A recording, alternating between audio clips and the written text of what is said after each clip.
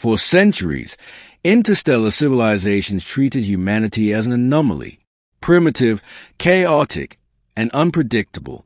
A species barely 2 centuries into faster-than-light travel, yet bold enough to claim colonies on worlds others deemed uninhabitable.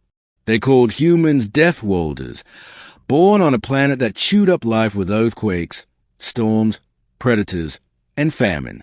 A world where only the cunning, adaptable, and relentless survived. For most species, the label was curiosity. For humanity, it was reality. The warning was simple: never make Deathworlders show their true nature. Yet time and again, alien empires ignored it. They observed humans, catalogued them, studied their fleets and governments, and concluded they were fragile. And then they attacked. The first strike came without warning. A coalition of alien races, united in fear of humanity's expansion, unleashed orbital bombardments on border colonies. Entire cities were vaporized. Supply lines were shattered. Communications severed. Imperial analysts expected chaos, panic, collapse. Instead, humanity responded with organization. At the Central Command on Earth, General Alara Kane surveyed the incoming reports. Fires raged across the colonies. Civilian populations were in danger, and fleets were outnumbered 10-1. She leaned back in her chair and smiled. "Good," she said. "Now they'll see why we survive."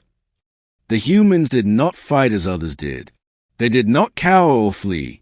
Every retreat was strategic. Every sacrifice calculated. Cities rigged with automated defenses delayed alien forces. Ships designed to self-destruct when captured destroyed enemy formations. Ground forces created traps in landscapes that aliens considered hostile, but humans called home. The invaders had assumed technological superiority would guarantee victory. They were wrong. Humanity fought with improvisation, adaptability, and cunning born of millennia of surviving extinction-level events. By the 3rd month, the war had escalated into a nightmare for the attackers. Human fleets appeared where none were expected. Supply convoys vanished, only to reappear with alien weapons turned against their owners. Drones carried out devastating sabotage. Entire asteroid fields became kinetic minefields. Alien commanders struggled to adapt. They attempted to use superior numbers and firepower, but human unpredictability made every battle costly. By now, most of the galaxy began whispering about humanity's lethal ingenuity. The turning point came at the Battle of Vesta Rift. 2,000 alien warships moved to cut off Earth's outer colonies. Human scouts detected the movement weeks in advance. But humans did not engage immediately. Instead, they prepared a trap that leveraged the environment itself. When the alien fleet entered the rift, they were ambushed. Gravitational anomalies, engineered by human scientists, tore ships apart. Hyperspace corridors collapsed mid-transition, leaving vessels stranded in deadly stasis. Human fleets struck from unexpected angles, using tactics no alien race had seen. It was not a battle. It was execution. After Vesta Rift, the galaxy's perception of humanity changed forever. Deathworlders were no longer quaint survivors. They were a force that could not be ignored. The aliens who survived told tales of humans fighting in environments lethal even to machines, of generals who laughed as their planets were threatened, of warriors who turned catastrophe into strategy, of civilians who became part of the defense, knowing that surrender was not an option. Civilizations began to heed the warning, never provoke Deathworlders. By the end of the first year, alien coalitions were retreating.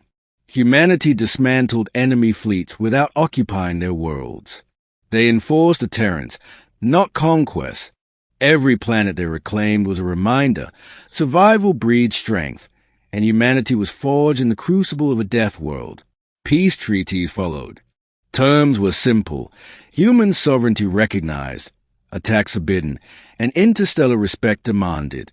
Years later, in a lecture hall on a neutral colony, a student asked a veteran officer, "Why are humans called Deathworlders?" The officer's eyes gleamed, because, he said, we come from a planet that refused to let us die. Every challenge shaped us. Every catastrophe taught us.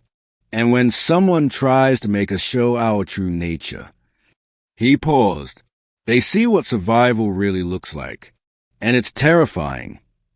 The galaxy remembered. Aliens told their children. Traders whispered the tales in crowded markets. Scholars wrote papers. Every civilization learned the same lesson. Never make Deathworlders show their true nature. And humanity? They laughed, because the galaxy had only just begun to understand the monsters they had unleashed when they called themselves Hum.